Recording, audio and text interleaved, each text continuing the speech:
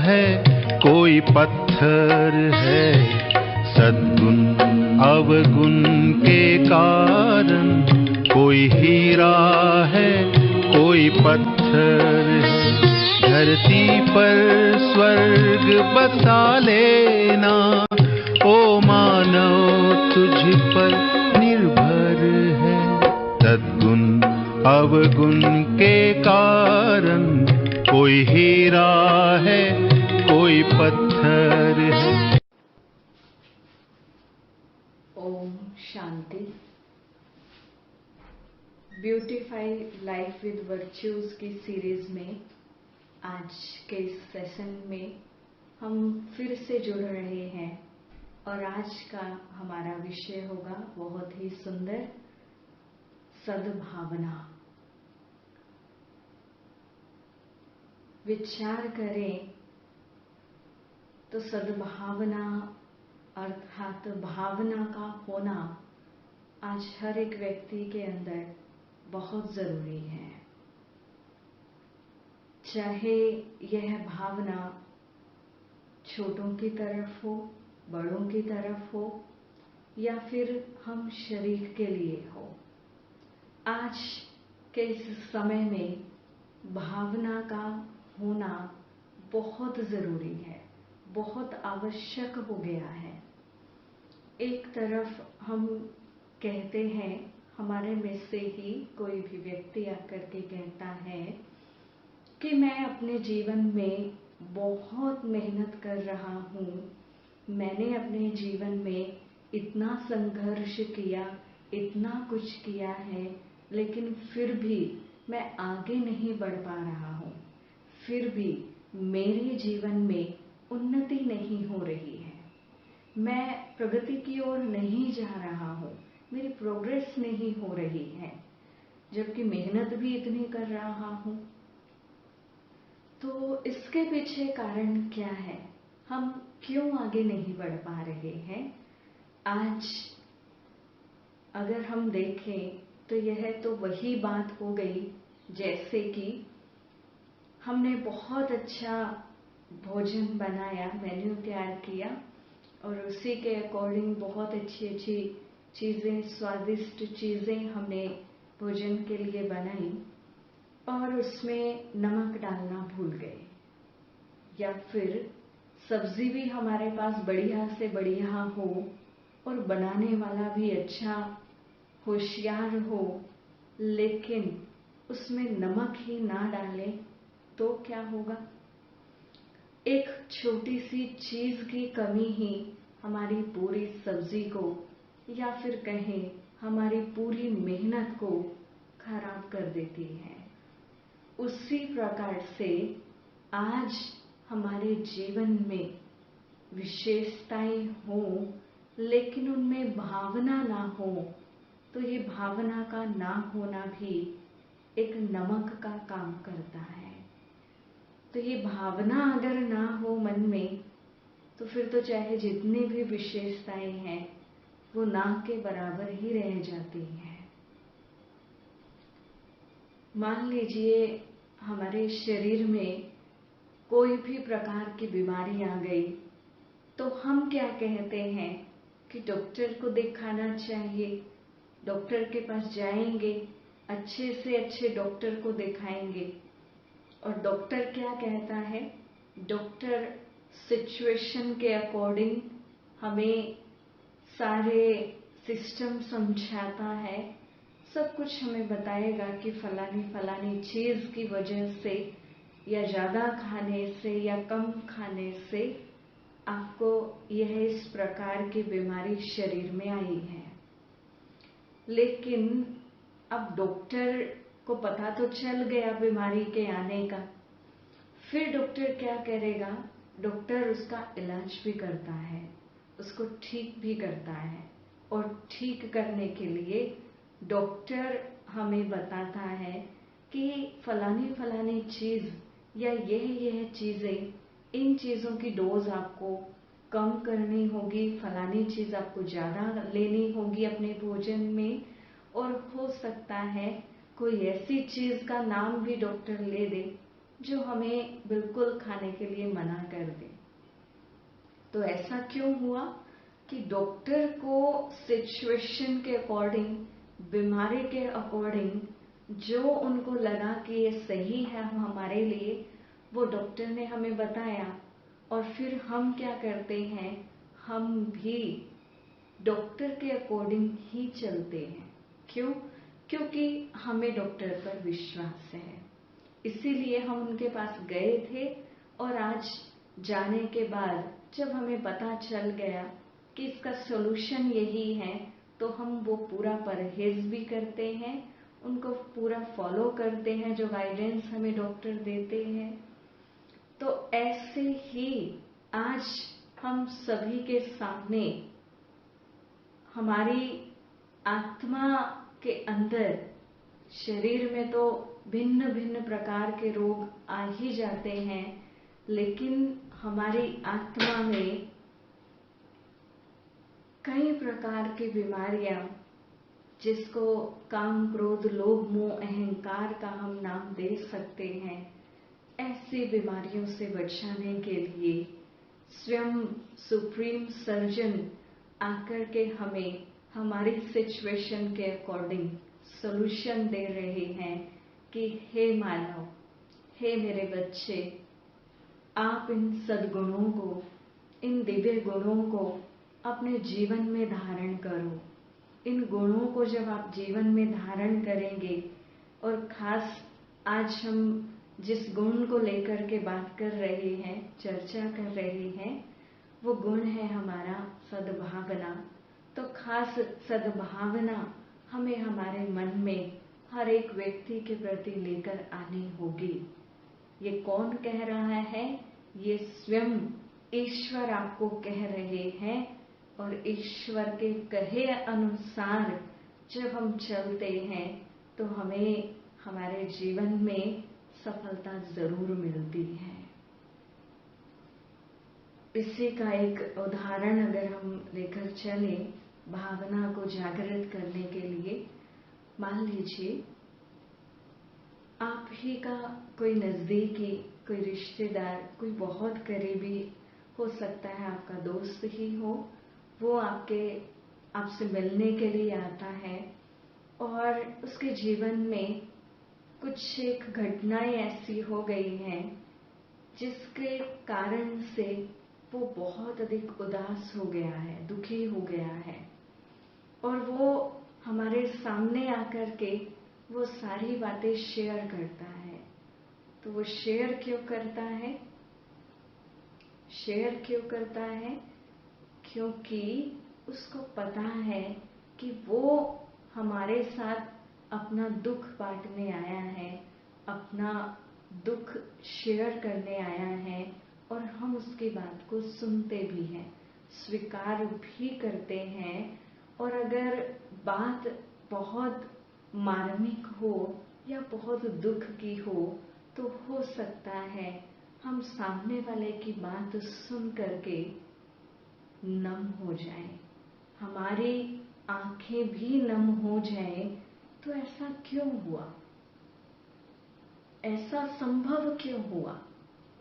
अब ऐसे ही आप विचार करें खुद से कि कोई गली में से, जिसको आप जानते नहीं हैं, कोई रास्ते में से कोई जा रहा है और वो बहुत दुखी है, रो रहा है, आपको उसकी आवाज भी आती है, लेकिन फिर भी वो आपको टच नहीं करती, आप उसको अंदर तक फील नहीं कर पाते।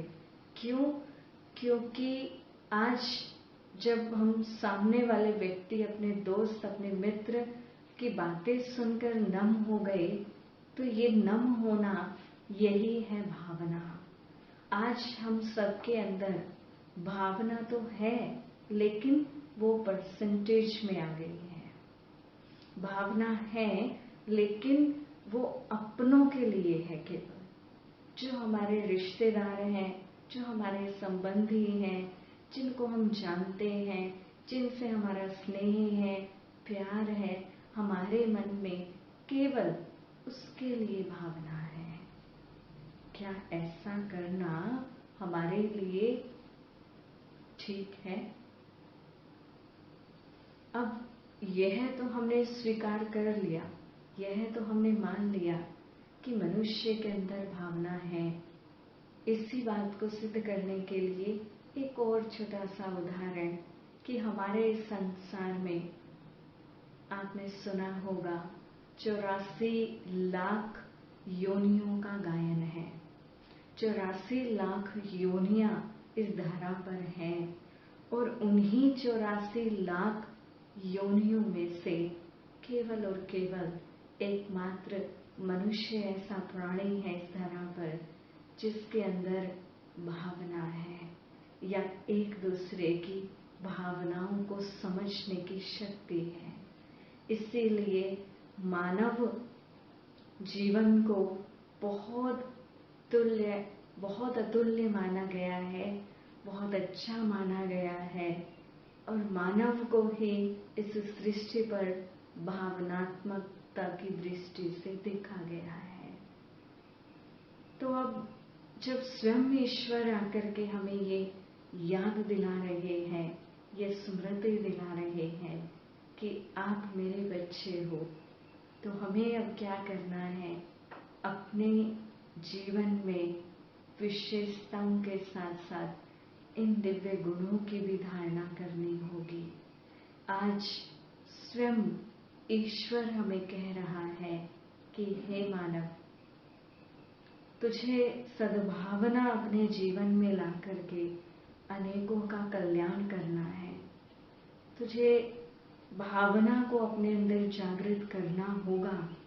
हम बात कर रहे थे कि भावना तो आज हर एक व्यक्ति के अंदर है, लेकिन यह भावना परसेंटेज में आ जा गई है। तो वो परसेंटेज को भी हमने थोड़ा सा क्लियर किया। कैसे कि अगर कोई बहुत नज़दीकी है तो उसके लिए ज़्यादा भावना हमारे मन में आती है और कोई थोड़ा सा दूर का होगा तो थोड़ी सी भावना उनके लिए जागृत होगी, और दूर का होगा तो केवल थोड़ी सी, उससे भी थोड़ी सी भावना हमारे मन में उनके लिए उत्पन्न होती है। लेकिन आज सवाल हम सभी के सामने केवल और केवल अपने परिवार तक सीमित नहीं रहा है। आज के इस वर्तमान समय में, इस महामारी के समय में हमें स्वयं को भी बचाना है, परिवार को भी बचाना है, समाज को भी बचाना है, पूरे विश्व को बचाना है। तो विश्व को बचाने की जब बात आती है, हम ऐसी बातों का स्मरण या ऐसी बातों को हम अपने मन में तभी ला सकते हैं जब हमारे मन में एक दूसरे के लिए भावना होगी, एक दूसरे के लिए शुभ भावना होगी, शुभ कामना होगी। तो आज से हमें संकल्प लेना है कि हमें एक दूसरे के साथ मिलकर चलना है, हमें एक दूसरे का हाथ थाम कर चलना है। यह इस महामारी का समय हम सभी के सामने एक चैलेंज है। अब ये चैलेंज चाहे प्रकृति की तरफ से कहो, तत्वों की तरफ से कहो, तो इस चैलेंज को स्वीकार करते हुए हमें इस चैलेंज को पार करना होगा। इस लेवल से हमें आगे निकलना होगा और उसी के लिए आपको इतने दिन से हर रोज एक ब्रह्मा कुमारी बहन आकर के एक नए गुण से अवगत कराती है और उसको अपने जीवन में अप्लाई करने के लिए आपको बताया जाता है। तो इन्हीं गुणों में से आज सद्भावना के ऊपर हम विचार कर रहे हैं। तो सद्भावना को और अच्छे से जानने के पहले हमें ईश्वर के प्रति हमारे मन में जो भावना होती है उसको भी जानना होगा। आज हम क्या कहते हैं, मान लीजिए ऐसे समय को देख करके जो चारों तरफ हो रहा है, चाहे वो भ्रष्टाचार है, चाहे वो चोरी चकारी है, चाहे और भी किसी भी प्रकार का क्राइम हमारे समाज में हो रहा है, तो ऐसी परिस्थितियों को देख करके आज मानव मन में ये प्रश्न उठता है कि भगवान इस दुनिया में है या नहीं है। और कुछ व्यक्ति तो ये भी स्वीकार कर बैठे हैं कि भगवान जैसी कोई शक्ति इस दुनिया में है ही नहीं, इस संसार में है ही नहीं। ऐसा क्यों कहा उन्होंने? और वो भगवान ना होने के हमारे सामने हो सकता है 4 से 5 तर्क भी दे दें कि भगवान इस दुनिया में नहीं है। अगर भगवान होता तो ऐसा क्यों होता? अगर भगवान है इस दुनिया में तो चारों तरफ ये महामारी क्यों फैल रही है? आज अगर भगवान है इस दुनिया में तो चारों तरफ इतना नारी का अपमान क्यों हो रहा है? इतने सारे तर्क वो हमें दे रहा है, लेकिन फिर भी इतनी सारी बातें सुनने के बाद भी मेरा मन क्या कहता है? बात स्वयं के ऊपर आ जाती है कि मेरा मन क्या कहता है। क्या मेरा मन इस बात को स्वीकारने के लिए बाध्य है? नहीं। हम क्या कहते हैं कि ऐसा हो ही नहीं सकता। आज समाज में जो परिस्थितियां हैं वह तो हमारे कार्मिक अकाउंट्स का ही एक हिसाब किताब हम सबके सामने आया है। जिन तत्वों को हमने कहीं ना कहीं किसी न किसी प्रकार से दुख दिया, तो आज वही प्रकृति हमें किसी न किसी रूप में दुख दे रही है। तो ये तो हमारा हिसाब किताब है। इसमें भगवान के होने या ना होने की तो बात ही नहीं। हम सामने वाले व्यक्ति को क्या जवाब देते हैं कि भगवान इस दुनिया में है और भगवान ही केवल मात्र ऐसी शक्ति है इस दुनिया में जिसके सहारे आज इतने लाखों करोड़ों के अंदाज में जो हम मनुष्य आत्माओं को देख रहे हैं, जो अपने जीवन में कहीं ना कहीं बहुत सुखी भी हैं, तो वो उनके सुख का कारण उनके श्रद्धा भावना का कारण ही है कि उनकी ईश्वर के प्रति इतनी भावना है। आज मैं जब सामने वाले को भगवान होने के 15-20 तो बहुत कम है, इतने तर्क हम दे सकते हैं कि भगवान इसी दुनिया में है। अगर मानो तो पत्थर में भी इंसान को भगवान मिल जाता है, और अगर ना मानो तो वही मंदिर में रखी हुई मूर्ति भी एक व्यक्ति को पत्थर ही नजर आती है। तो आज यहाँ पर बात हो रही है भावना की कि अगर मेरे मन में मेरे ईश्वर के प्रति, मेरे भगवान के प्रति भावना है, श्रद्धा है, अटूट विश्वास है, निश्चय है, तो मैं ये स्वीकार करती हूँ कि भगवान से मेरा उतना ही प्रेम है जितना मुझे मेरे जीवन में किसी अन्य व्यक्ति से होता है, उससे भी कहीं और अधिक। और स्वयं भगवान भी मुझे इतना ही प्रेम करते हैं। तो ये मेरा निश्चय है, ये मेरा विश्वास है आज जो यह बात बोल रहा है। तो आज इस समय अब बात आती है कि भगवान के प्रति हमारे मन में जब भावना अटूट होगी, जब भावना होगी, तभी हम अपने मन की इस भावना को सद्भावना में परिवर्तित कर सकते हैं। ये बात तो आप स्वीकार कर ही लेंगे और करना ही पड़ेगा हमें, क्योंकि जब हम भगवान के लिए ये स्वीकार कर लेते हैं कि भगवान मेरे सच्चे पिता हैं, वो ईश्वर वही सच्चे मेरे मार्गदर्शक हैं, तो यही भावना हमें पार ले जाती है।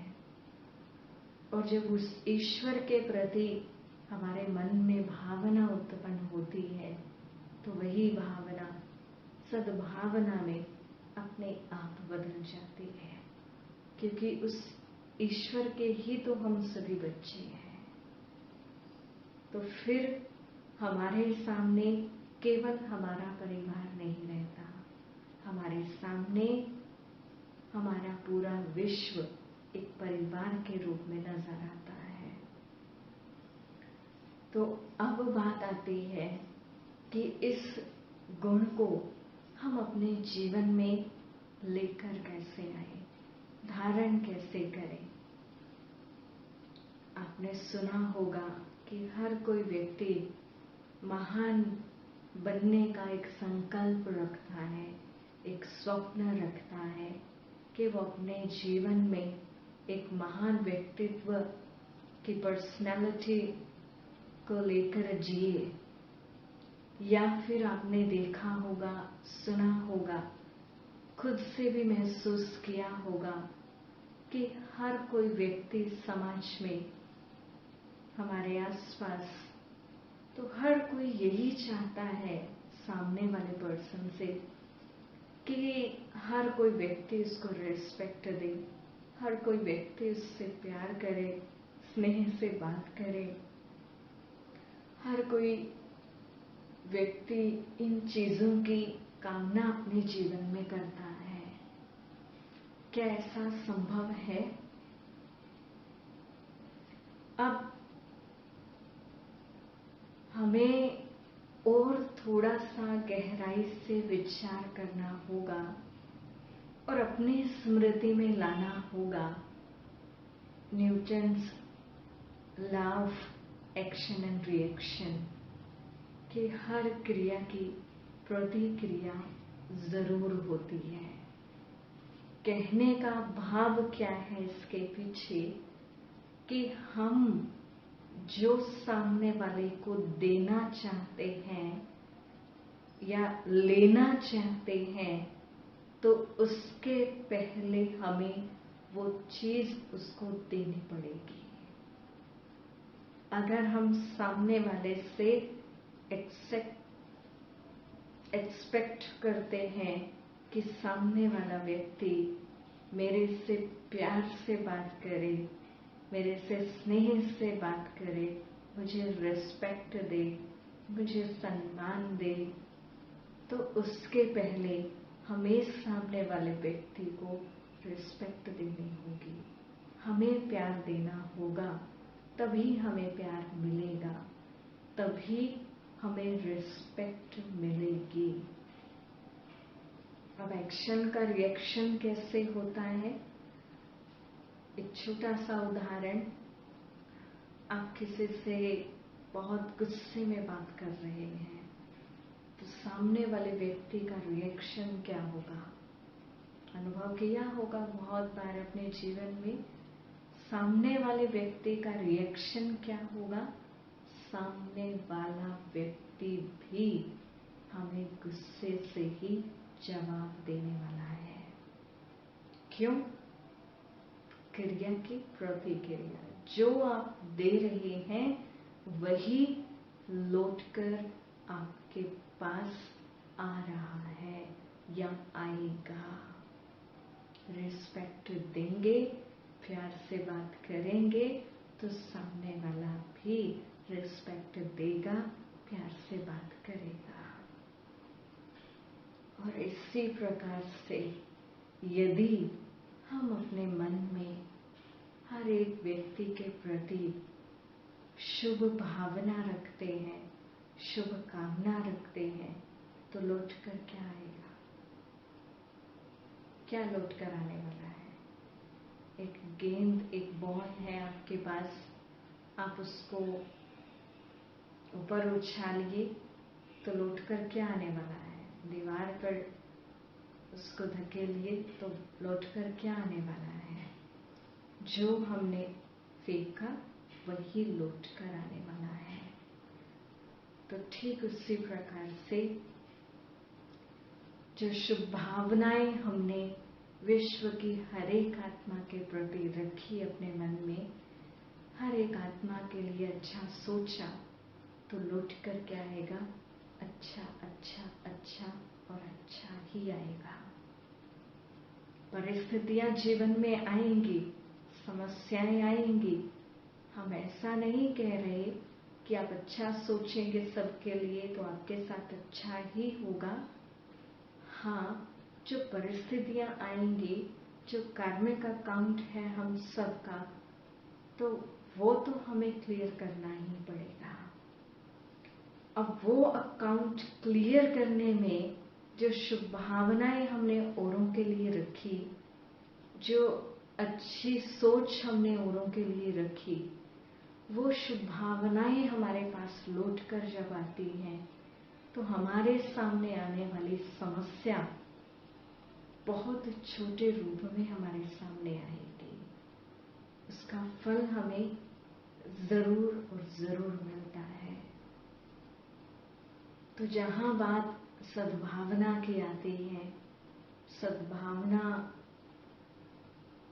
हमने पहले ही कहा कि भावना का होना हर एक मनुष्य के जीवन में बहुत बहुत बहुत बहुत जरूरी है। जैसे जैसे हम इन गुणों को अपने जीवन में धारण करते हैं, इन्हीं गुणों में से सद्भावना को सबसे पहले हमें जागृत करना होगा। जब भावना जागृत होगी तो वो सद्भावना में भी परिवर्तित होगी। और हमने बात की थी अभी ही महान बनने की, कि हर व्यक्ति महान बनना चाहता है। तो महान बनने के पीछे क्या रीजन होता है? जो महान आत्माएं जिनका आज हम अपने मुख से वर्णन करते हैं, जिनको हम याद करते हैं, वो महान आत्माएं महान कैसे बने? क्या आपने कभी विचार किया? एक व्यक्ति अपने जीवन में महान बनता है अपने श्रेष्ठ कर्मों की वजह से, और हमारे कर्म श्रेष्ठ होंगे हमारे गुणों की वजह से। वैसे आमतौर पर तो देखा गया है कि व्यक्ति के अंदर जो गुण होता है, जो विशेषताएं होती हैं, वो उसके अकॉर्डिंग ही कर्म करता है। लेकिन आज कलयुग का यह अंतिम समय हम सबके सामने है, और यह ऐसा समय है जब हर एक मानव के अंदर बुराइयां, अवगुण, विकार, काम, क्रोध, लोभ, मोह, अहंकार, ईर्ष्या, द्वेष, आलस्य, निद्रा जैसी अनेक बीमारियां पनप चुकी हैं। तो ये अवगुण आज हर मानव के अंदर आ चुके हैं, जागृत हो चुके हैं। और यह अवगुण क्या करते हैं? हमारे अंदर जो कहीं ना कहीं थोड़ी सी जो क्वालिटी बची हुई है, जो अच्छाई बची हुई है, जो एक दो गुण बचे हुए हैं, उनको भी छिपा लेता है। उनको छिपा लेते हैं, तभी हमारे से कोई ना कोई ऐसी भूल या कोई ना कोई ऐसा विकर्म हो जाता है जो हम करना नहीं चाहते थे, और फिर हम ही कह देते हैं कि मैं अपने स्वभाव संस्कारों के वश होकर के ऐसी भूल कर गया या कर गई। मुझे ऐसा नहीं करना चाहिए था, लेकिन फिर भी मेरे से हो गया। क्यों हो गया? क्योंकि आज हमारे ऊपर हमारे जो अवगुण हैं, हमारी जो बुराइयां हैं, वो इतनी ज्यादा हावी हो गई हैं। हमारे जो पुराने स्वभाव संस्कार हैं, वो इतने ज्यादा हावी हो गए हैं कि जब हम सोचते हैं, हमारा मन और बुद्धि हमें कहता है कि यह काम हमें नहीं करना है, ये हमारे लिए अच्छा नहीं है, और फिर भी हम वही कर्म कर देते हैं और फिर बाद में पश्चाताप करते हैं। तो ये किस कारण से हुआ? हमारे अंदर गुणों की कमी के कारण हुआ। इसलिए रोज आपको बार बार यह कहा जा रहा है कि इन गुणों को फिर से इमर्ज हमें करना होगा, जो कहीं ना कहीं मर्ज हो चुके हैं, जिनके ऊपर हमारी बुराइयां आज हावी हो चुकी हैं। तो इन बुराइयों को, इन विकारों रूपी जो एक बीमारी हम सभी को लग गई है, इस बीमारी से बचने के लिए हमारे पास केवल और केवल यही सॉल्यूशन है, यही एकमात्र उपाय है कि हमें जितना हो सके अपने गुणों को जागृत करना होगा। जैसे कोई गलत काम करके हम कह देते हैं कि स्वभाववश मैंने ऐसा कर दिया, तो ऐसे ही इन गुणों को हम अपने जीवन में लेकर आए, अपने जीवन को इन गुणों से इतना सुसज्जित करें, इतना सुंदर और हसीन बना दें कि ये गुण हमारा स्वभाव बन जाए, हमारी नेचर बन जाए। जैसे आज गुस्सा करना हर एक की नेचर बन गया है। किसी से भी कहेंगे ना कि आपने ऐसा क्यों किया, ऐसे गुस्से में बात क्यों की, तो पता है वो क्या कहता है? मेरी नेचर ऐसी है, मेरा स्वभाव ऐसा बन गया है। तो अब हमें अपनी नेचर गुणों से सुसज्जित बनानी होगी। आज हमें अपनी नेचर इतनी अच्छी बनानी होगी कि हर कार्य मेरे से अच्छा हो, हर कर्म मेरा श्रेष्ठ हो। तभी हम महान बन पाएंगे, तभी हम अपने जीवन में आगे बढ़ पाएंगे, तभी हमारी प्रोग्रेस होगी, तभी हम उन्नति को प्राप्त करेंगे। तो आखिर में आपसे यही कहना चाहेंगे, सद्भावना अपनाकर मन में सबको सुखी बनाना है। यही एक दृढ़ संकल्प आप सबका हो, या फिर हम कहें कि हम सभी का हो ऐसा दृढ़ संकल्प कि हमने हर एक व्यक्ति के लिए, हर एक आत्मा के लिए शुभ सोचना है, शुभ बोलना है।